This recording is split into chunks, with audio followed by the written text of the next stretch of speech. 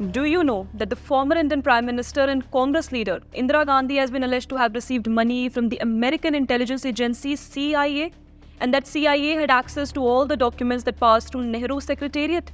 Well, these are just two of the many revelations that has been made by Paul McGarr in his latest book, Spying in South Asia. McGarr is a lecturer of intelligence studies at King's College in London and an expert in US and UK security and intelligence intervention within the global south. Starting off with CIA and the foreign intelligence agencies' interference in India during the tenure of Jawaharlal Nehru as Prime Minister. So the book mentions that evidence from Indian and American sources suggests that the CIA was successful in recruiting assets inside the Indian government. One name regarding the same mentioned in the book is of M.O. Mathai, who served as Nehru's special assistant between the mid-1940s and the late 1950s. He is among those reputed to have worked for US intelligence. Some investigations revealed that Mathai had without doubt received money from the CIA as well as from businessmen in India. Also, would you believe if I say that CIA likely had access to every document that was passing through Nehru's secretariat? Well, yes, you've heard me right. The book mentions that from 1946 to 1959, the CIA had access to every paper passing through Nehru's secretariat. In fact, one American diplomat who served in India in the early 1960s recalled how the CIA station in New Delhi openly boasted that it could obtain a copy of any document produced by the Indian government. Interestingly, that diplomat even tested it from the CIA by asking him for a document, and there he had one copy from Nehru's office. There is another instance mentioned in the book of July 1961, when Nehru took a short break to Kashmir and chanced upon to read an article published in The Nation. The Nation is actually an American political magazine that had a long essay on the CIA written by journalist and agency critic Fred Cook. The article basically talked about how CIA had time and again meddled actively in the internal affairs of foreign governments. Nehru got so impressed with the article that he asked his foreign secretary M.J. Desai to distribute its copies widely to India's missions abroad and shared around government departments at home.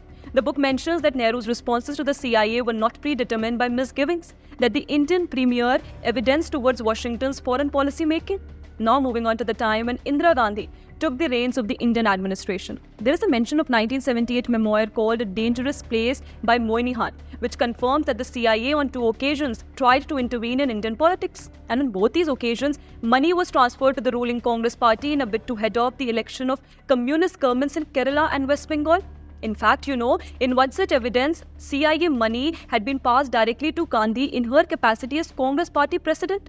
Although this memoir was met with heavy criticism in India by the then Congress party. Well, you see that there was a continuous interference of CIA and its nefarious activities during the premierships of Indira Gandhi between the mid-1960s and the mid-1980s. Another interesting bit mentioned by Paul in his book is about how the CIA had run an agent inside Indira Gandhi's cabinet during the 1971 Indo-Pakistan War, which ultimately led to the assassination of Bangladesh Premier Sheikh Mujibur Rahman in August 1975.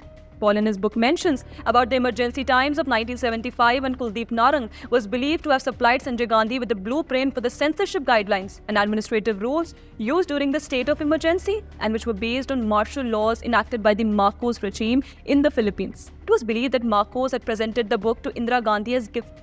A copy of the specific martial law ordinances used by Marcos was passed to Narang by contacts that he maintained in the US Embassy in New Delhi. Now moving on to Rajiv Gandhi, some shocking revelations have been made. The book mentions that during his tenure there happened one of the biggest spy ring in Indian history. Senior officials in the personal secretariats of Gandhi and the President of India, as well as bureaucrats from the Ministries of Defence, Commerce and the Planning Commission, were found to have passed classified information to a group of Indian businessmen over a number of years. Secret documents were smuggled out of government premises and photocopied in a local Xerox shop. Then again in 1986, reports emerged in the press that Ram Swaroop, the Indian representative of a quasi-official Taiwan trade promotion body, had assisted government bureaucrats in passing secret documents to officials in the US Embassy. The mentions that the government papers lodged in an Indian court alleged that West German and Taiwanese diplomats collaborated with Swaroop in an American-led operation to cultivate members of the Indian parliament as sources of information. Swaroop was also believed to have played an important intermediary role in introducing Western contacts to Indian MPs and bureaucrats in passing information to his handlers on official Indian thinking in relation to foreign and domestic policy. A 1989 report by the Hindustan Times even mentions how a $1 million grant had been funneled by the CIA to the then Prime Minister Rajiv Gandhi's political rival Vishwanath Pratap Singh. Well, if we talk in present context, you have seen how CIA has been active in peddling anti-India narrative by planting and funding media influencers, politicians, and actively leading a regime change operation.